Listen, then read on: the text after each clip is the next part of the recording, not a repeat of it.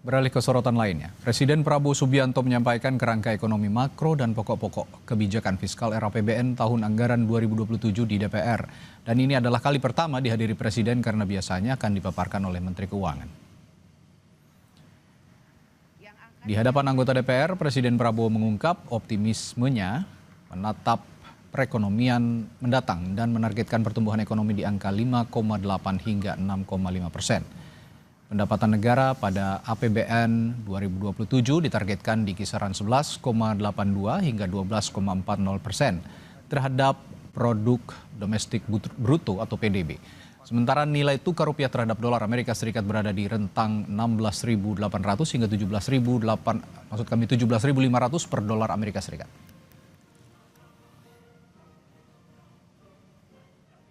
Pertama, pendapatan negara dalam APBN 2027 kami targetkan mencapai kisaran 11,82 hingga 12,40% dari produk domestik bruto kita. Untuk mendukung berbagai program prioritas dan program-program vital kita, belanja negara direncanakan berada pada kisaran 13,62 hingga 14,80% dari PDB kita. Dari sisi pembiayaan, defisit kita di tahun 2027, defisit APBN akan kami jaga pada kisaran 1,80 hingga maksimal 2,40% PDB. Nilai tukar rupiah terhadap dolar Amerika Serikat berada pada rentang 16.800 rupiah hingga 17.500 rupiah. Strategi fiskal dan moneter kita haruslah strategi yang mampu untuk menjaga nilai tukar kita tetap stabil terhadap mata uang dunia. Hari ini Rabu 20 Mei, indeks harga saham gabungan IHSG ditutup melemah di sesi perdagangan pertama. IHSG hari Rabu sempat dibuka menghijau di angka 6.352, namun di penutupan perdagangan, sesi pertama IHSG ditutup negatif di level 6.332. Sementara di sesi perdagangan kedua, IHSG ditutup di angka 6.318 atau turun 52 poin atau turun 0,82%. Sementara nilai tukar rupiah hari ini bergerak fluktuatif di kisaran 17.700-an meski sempat menguat di level 17.650-an per dolar Amerika Serikat. Sementara itu Presiden Prabowo Subianto menyindir kelompok masyarakat atau elit yang selalu takut dengan kenaikan kurs dolar Amerika Serikat serta selalu mengkhawatirkan stok BBM yang tidak cukup. Menurut Prabowo, sikap ketakutan seperti itu dapat membawa Indonesia menjadi bangsa yang lemah dan tidak bisa maju. Fakta kalau kita teruskan yang seperti ini, kalau kita teruskan sistem seperti ini untuk sekian tahun lagi, saya yakin bahwa tidak mungkin kita jadi bangsa yang makmur. Tidak mungkin kita jadi, tanpa kemakmuran kita tidak mungkin bisa menjaga kedaulatan kita. Bahwa kemungkinan besar kita akan menjadi bangsa yang lemah. Bangsa yang selalu takut. Takut kurs dolar, takut BBM gak cukup, takut ini, takut itu, bangsa yang takut, bangsa yang elitnya takut. Padahal kita diberi karunia yang luar biasa oleh Maha Kuasa. Saudara, Presiden Prabowo Subianto hari ini menyampaikan kerangka makro RAPBN 2027 di DPR dan Prabowo optimistis perekonomian Indonesia akan membaik. Kita akan ulas permasalahan ini bersama politisi Partai Gerindra Sugiat Santoso dan pakar ekonomi serta analisis pasar modal Ferry Latuhihin yang saat ini sudah hadir di studio. Selamat malam Bapak. Selamat malam. Ya Pak Ferry. Saya langsung ke Pak Ferry. Target pertumbuhan 5,8 hingga 6,5% 2027. Ini dinilai achievable dan terlebih apakah bisa meyakinkan pasar, Pak Ferry? Kalau meyakinkan pasar belum kelihatan ya. Oke. Sebab tadi indeks harga saham gabungan kita jatuh, meneruskan merah yang kemarin, dan dolar juga sempat pagi-pagi menyentuh 17.800. Oke. Dan ada kemungkinan rupiah menguat karena intervensi BI ya. Itu yang pertama. Yang kedua, kita juga harus memperhitungkan harga minyak yang tinggi ya, Mas, ya. Dan perang di Timur Tengah itu nggak ada yang tahu kapan selesai. Sementara harga minyak di futures market kita lihat di atas 100 ya, Brent 110. Mungkin di spot market bisa 120 dengan ongkos transport dan asuransi bisa 140. Nah sebelum perang itu kan 60 cuman ya kan. Nah ini kan luar biasa ya, drag on the economy dengan harga minyak nggak ada satupun negara yang bisa selamat dengan harga minyak yang tinggi. Ya kan even Amerika pun sebagai eksporter, net eksporter dari minyak, kita lihat bagaimana tingginya inflasi ya. Nah melihat mengacu ke sana mungkin perang ini akan berlangsung 2 tahun, ya mungkin 2 tahun lebih dengan harga minyak di atas $100, saya rasa bisa tumbuh 4,5% aja bagus. 4,5% aja sudah bagus.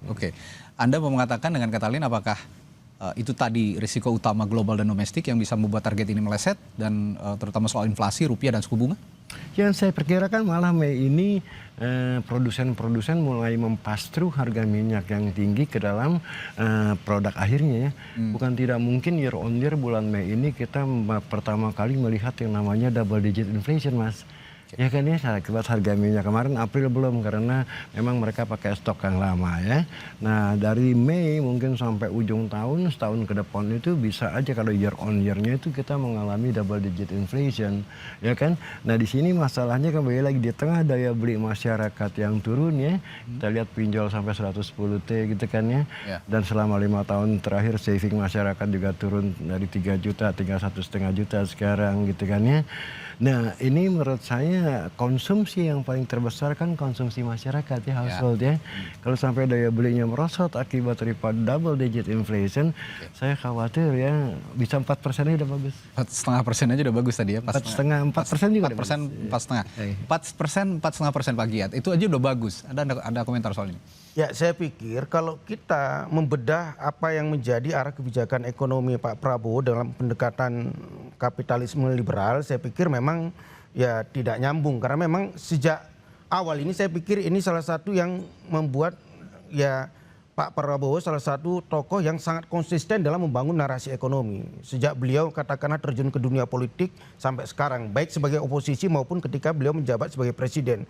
Bahwa beliau selalu menekankan harus ada arah yang sangat jelas dari ekonomi kita kembali ke pasal 33 Undang-Undang Dasar 45. Bahwa kita jangan sampai arah ekonomi kita tergantung pada kurs dolar atau indeks harga saham. Tapi yang paling penting bagaimana dalam pasal 33 Undang-Undang Dasar 45 itu yang pertama adalah seluruh kekayaan sumber daya kekayaan kita itu dikendalikan, dikuasai oleh negara dan dimanfaatkan oleh sebesar-besar untuk kemakmuran rakyat. Saya pikir itu dulu yang paling penting. Itu konsep welfare state, negara kesejahteraan. Berbeda misalnya kalau dalam pendekatan market pendekatan pasar kan. Saya pikir ini yang harus dipahami oleh seluruh rakyat Indonesia dan ini perlu dukungan dan doa. Bagaimana Pak Prabowo ingin mengembalikan arah ekonomi kita menjadi arah ekonomi yang itu berdaulat dalam konteks ekonomi. Dan saya pikir beberapa kebijakan Pak Prabowo ketika beliau dilantik menjadi presiden itu konsisten juga kan, bukan hanya dalam konteks narasi tapi dalam konteks kebijakan sangat konsisten. Beliau mengamankan 5,8 juta hektar lahan yang selama ini dikuasai oleh oligarki, oleh korporasi dan insya Allah ini akan digunakan untuk kemakmuran rakyat baik tambang maupun perkebunan. Dan kalau tadi kita sangat terkejut juga ini, ngeri-ngeri sedap juga ini kan, bahwa beliau juga akan menyisir mafia-mafia ekspor, mafia-mafia impor dengan angka-angka yang sangat fantastis. Misalnya bagaimana selama 34 tahun under invoicing kita itu merugikan sampai 15.000 triliun. Padahal kalau ini kita bisa maksimalkan problem ekonomi kita kan bisa tuntas dengan sendirinya. Saya pikir itu. Kalau boleh disederhanakan, apakah Anda mau mengatakan bahwa sebenarnya terminologinya adalah perekonomian kerakyatan begitu? Ya, makanya kan perekonomian kerakyatan itu kalau dibedah dengan pendekatan kapitalisme ya sangat berbeda, pasti berhadap-hadapan. Saya pikir itu. Betul ada perbedaan terminologi, Pak Ferry? Katanya ekonomi kerakyatan ini tidak bisa disandingkan dengan pola pikir pasar. Saya nggak mau memasuki ranah ideologi ya. Saya sebagai ekonom cuma melihat angka-angka, data-data, fakta-fakta dan saya menilainya dengan logika. Saya nggak peduli dengan ekonomi kerakyatan atau ekonomi keburuhan atau kapitalisme. Bertanda itu politis gitu ya? Ya, itu politis, itu bukan ranah saya. Saya cuma mengatakan bahwa angka sekian itu realistis atau tidak. Kalau saya bilang tidak realistis, kenapa alasannya kan gitu. Ya kan ya, saya sebagai ekonom nggak mau masuk ke ranah politik gitu kan ya. Nah kalau bertanya kepada saya apakah angka 5,8% itu realistis atau tidak, saya katakan ya dengan kondisi global ekonomi kayak sekarang begini, di mana sekarang kita lihat bagaimana yield curve semua negara ya dari obligasi pemerintahnya itu shifting up loh Mas. Di Amerika dari 10 year itu dari 4,2% tiba-tiba shooting ke 4,6%. Yang karena inflasi yang luar biasa di Amerika Serikat. Nah, di tengah gejolak inflasi seperti itu, apakah kita realistis menargetkan satu pertumbuhan ekonomi? Ya kalau cita-cita ya silakan aja. Kalau saya kan nggak membicarakan cita-cita. Ya, itu terminologi politik yang tidak mau dibahas oleh Pak Ferry. Sebetulnya, Bang, apakah ini realistis apa di tidak? Di triwulan pertama 2026 kita sudah mencapai 5,6% sebetulnya. Ya saya pikir angka awal triwulan pertama saja sudah sangat optimistik. Tapi Pak Prabowo tidak menekankan bahwa semata-mata pertumbuhan ekonomi. Walaupun dia juga tadi, ini juga salah satu yang menjadi poin penting dari apa yang disampaikan Pak Prabowo, bahwa ada anomali di situ. Pertumbuhan tinggi dia rata-rata 5%, tapi angka kelas menengah turun dan kemiskinan meningkat. Itu menunjukkan bahwa harus ada peran negara, intervensi negara. Jangan kita semata-mata menyerahkan semua persoalan ekonomi ke pasar. Kalau pasar itu logika hukum pasar itu yang menang itu yang kuat, dan yang kuat itu membiarkan keserakahan nomor itu merajalela. Memang pendekatan Prof. Ferry berbeda dengan kami sebagai pengelola negara lah. Ya kami berpikirnya pasti ke rakyat, nggak mungkin kami berpikirnya menyerahkan ini semua ke pasar. Apapun yang terjadi pada pasar, baik pasar global maupun pasar nasional, kepentingan kita sebagai negara memastikan bahwa rakyat terlindungi dalam konteks ekonomi. Saya pikir itu. Oke, tapi kalau berbicara, tadi Anda memisahkan pasar global dan pasar nasional begitu ya. Kalau berbicara nilai tukar misalnya, rupiah terhadap dolar begitu, yang saat ini sedang ya cukup jatuh, meskipun tadi ditargetkan merangkak menguat juga hingga bulan Agustus ya kalau saya tidak salah tadi. Tapi di era sekarang bulan Mei, Juni, Juli, apakah itu kita bicara ke nilai tukar rupiah, apakah itu dengan data-data ataupun fakta-fakta yang Anda ungkapkan tadi, rupiah bisa menguat? Saya pikir begini, kalau kita belajar misalnya 97 itu 2.500. Dalam waktu 1 tahun sekitar 15.000 sekian, itu hampir 500%. Kenapa Indonesia masih bisa bertahan dalam konteks ekonomi? Karena ada bantalan ekonomi di situ adalah ekonomi rakyat. Bagaimana ekonomi desa itu tetap tidak terpengaruh oleh kenaikan kurs dolar, dan itu bisa menjadi penyelamat ekonomi kita. Kadang-kadang gini, naik dari katakanlah di 2024 misalnya ketika Pak Prabowo menjabat sebagai presiden itu sekitar 15.000 sekian sampai 16.000 sekian, sekarang 17.000 sekian. Itu mungkin sekitar 30% lah kenaikannya. Seolah-olah ada provokasi kepanikan ke publik bahwa naiknya dolar ini bisa mengkolapskan ekonomi Indonesia atau katakanlah memporak-porandakan ekonomi Indonesia. Kalau kita belajar dari 97-98 yang naik 500% saja, Indonesia bisa bangkit. Karena apa? Karena itu tadi bahwa ada yang terlupakan bagi pasar kapitalisme. Indonesia itu ekonominya berbasis ekonomi desa, ekonomi kerakyatan yang itu tidak terpengaruh sangat signifikan dengan kenaikan kurs dolar tadi. Ya, tampaknya ada sedikit perbedaan frekuensi, tapi saya ingin bertanya juga soal oke, sekarang saya bertanya ke Pak Ferry soal defisit ya. Tadi diungkapkan juga defisit 1,8 hingga 2,4% PDB, produk domestik bruto, dan belanja negara 13,62 hingga 14,80% PDB. Yang ingin saya tanyakan, apakah ini prudent dan sustainable? Gini ya, yang jelas sih pada kuartal pertama defisit itu ya 0,92%. Yang kalau kita annualize secara linear itu 3,72%, ya kan? Nah, apakah itu nanti bisa tercapai angka yang bilang secantik itu? Ya kembali lagi nanti, ya kan? Apakah memang penerimaan pajaknya, ya kan mencukupi untuk menopang pertumbuhan belanjanya? Yang saya amazed itu justru kemarin ada 2 menteri yang berbeda pendapat. Pertama adalah di satu pihak Menteri Keuangan sangat happy dengan 5,61% ya. Sementara masyarakat kan heboh tuh ya. Ya. Wah, hitung-hitung lagi nih mau kemana. Wah, fantastis ini anomali ya. Tapi pada saat yang bersamaan muncul Menteri Perindustrian, Pak Agus Gumiwang, yang hampir bersamaan dengan angka 5,61%, beliau mengatakan badai PHK di depan mata. Nah ini kan kalau kita ngomong lagi ke masalah defisit, apakah memang benar ya kan ini semuanya dengan gampangnya gitu kan bisa mendapatkan angka? Sebab gini Mas, seandainya memang badai PHK di depan mata dan itu terjadi akibat harga minyak yang luar biasa tingginya, jangan bercanda loh, ini 2 kali lipat lebih loh dari harga sebelum perang.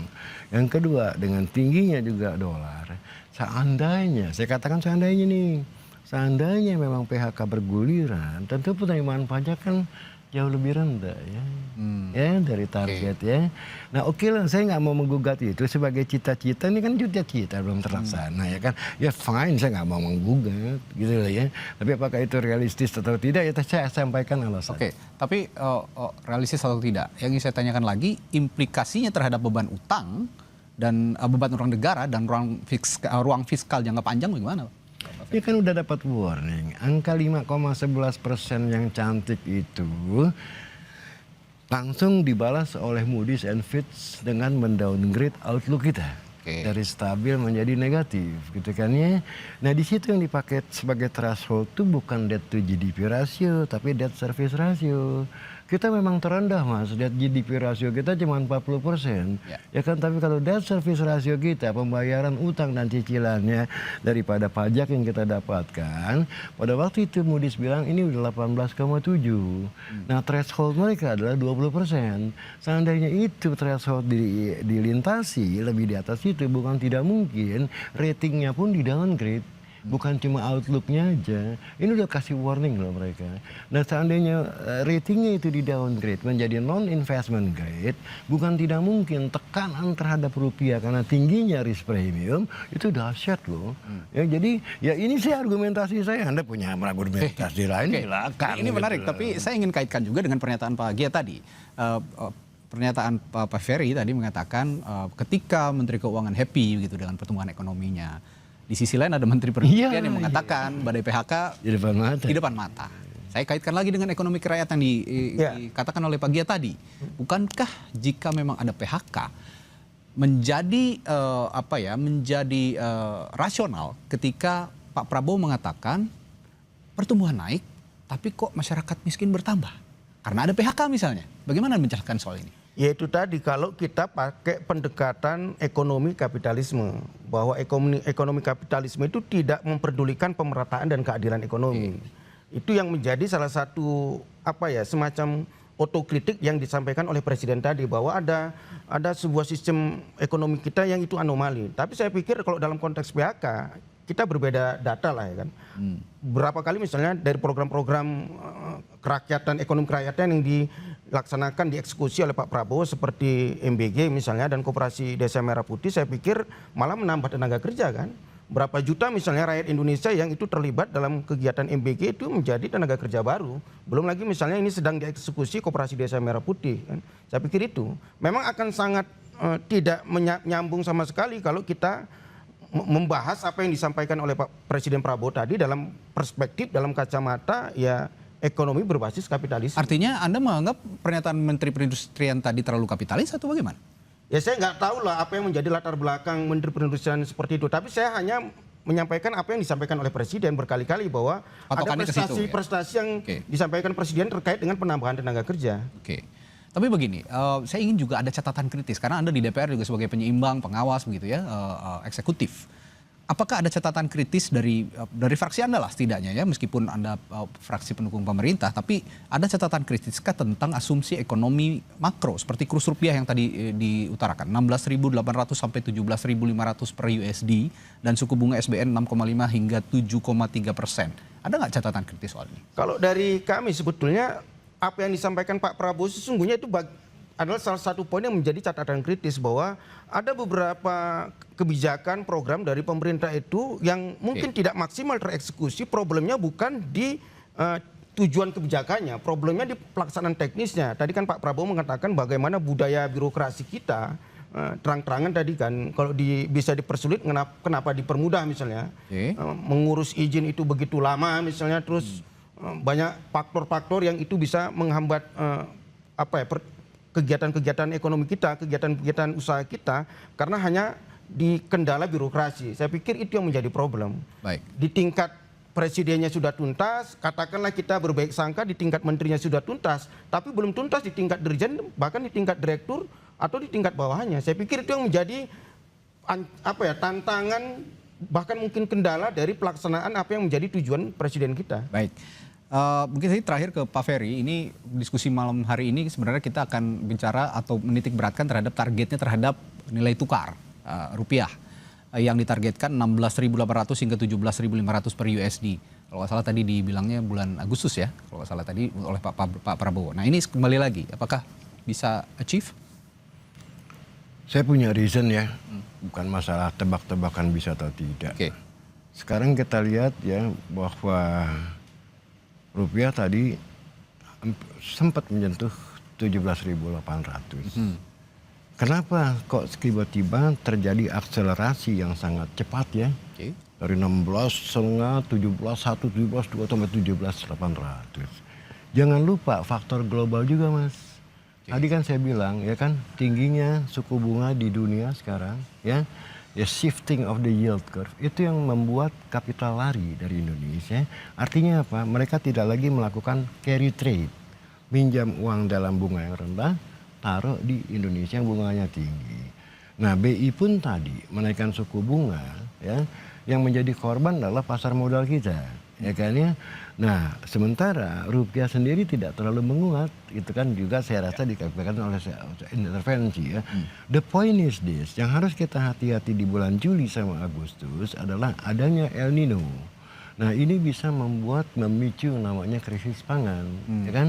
Nah, kalau terjadi krisis pangan, permintaan dolar kita tuh lebih tinggi lagi. Sebab apa? Banyak sekali komoditis yang masih kita impor kan, dari pupuk ya, bahkan kedelai, tahu tempe ya. Based on that reasoning, saya melihat sebaliknya bahwa pemerintah sudah kehabisan instrumen untuk membela rupiah, BI juga tidak punya instrumen lagi untuk membela rupiah, ya bukan tidak mungkin dolar ini justru bukannya turun tapi malah tambah naik. Oke, karena beda terminologi, saya coba tanyakan ke Pak Gia terakhir. Ini perspektifnya saja ya, dari perspektif tadi ekonomi kerakyatan ya. Pak Prabowo tadi menekankan tantangannya ke depan itu adalah geopolitik dan geoekonomi. Sebenarnya nyambung apa yang dibilang Pak Ferry. Geopolitik dan geoekonomi. Nah, bagaimana buffer pemerintah seharusnya mempertahankan ataupun bisa mencapai dolar yang saya sebutkan angkanya tadi 16.800 hingga 17.500 per dolar. Ya, itu salah satu bagian terkecil apa yang disampaikan oleh Pak Prabowo tadi terkait dengan mempertahankan kurs rupiah kita. Tapi yang paling penting adalah apapun yang terjadi di geopolitik global, bagaimana Indonesia ini bisa tetap bertahan dan melindungi rakyatnya. Ada 4 program strategis yang tadi disampaikan oleh Pak Prabowo. Yang pertama adalah ketahanan pangan. Saya agak sedikit mengkoreksi Prof bahwa dalam konteks ketahanan pangan, kita beberapa komunitas unggulan kita sudah swasembada. Artinya El Nino juga akan bisa tertanggulangi dengan itu? Kalau kita memiliki ketahanan pangan, ketahanan energi, saya pikir apa yang terjadi di dunia global itu tidak terlalu berpengaruh bagi kita.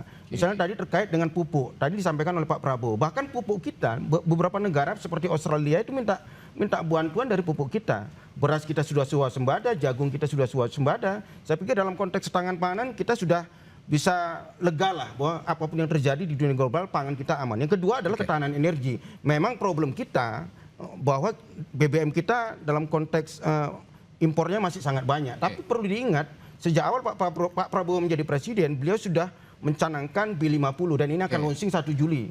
Kalau B50 itu betul-betul launching 1 Juli, saya pikir dalam konteks ketahanan energi kita sudah sangat tuntas. Yang ketiga, keempat, hilirisasi dan industrialisasi. Saya pikir itu yang menjadi catatan kita. Kalau 4 program ini tereksekusi, saya pikir Prof tidak perlu khawatir kita dengan analisis kurs seperti apa, saham seperti apa. geopolitik global seperti apa, bahwa Indonesia siap menghadapi situasi dunia bagaimanapun. Saya pikir itu. Ada yang meyakinkan, ada juga yang tetap mengkritik dengan meragukan apakah ini bisa achieve atau tidak. Ini adalah saya bukan, jangan salah sangka. Bukan meragukan ya, tapi saya tidak mengkritik. Ini adalah saya sebagai fakta, ekonom ya. Saya sebagai ekonom bekerja dengan cara saya. Baik Prof. Baik. Terima kasih pandangannya Pak Ferry Latuhihin, pakar ekonomi dan analis pasar modal. Selanjutnya juga ada Pak Sugiat Santoso, politisi Gerindra, Wakil Ketua Komisi 13 DPR RI, telah berbagi pandangannya di Sapa Indonesia Malam. Terima kasih Bapak, selamat malam, sampai jumpa lagi.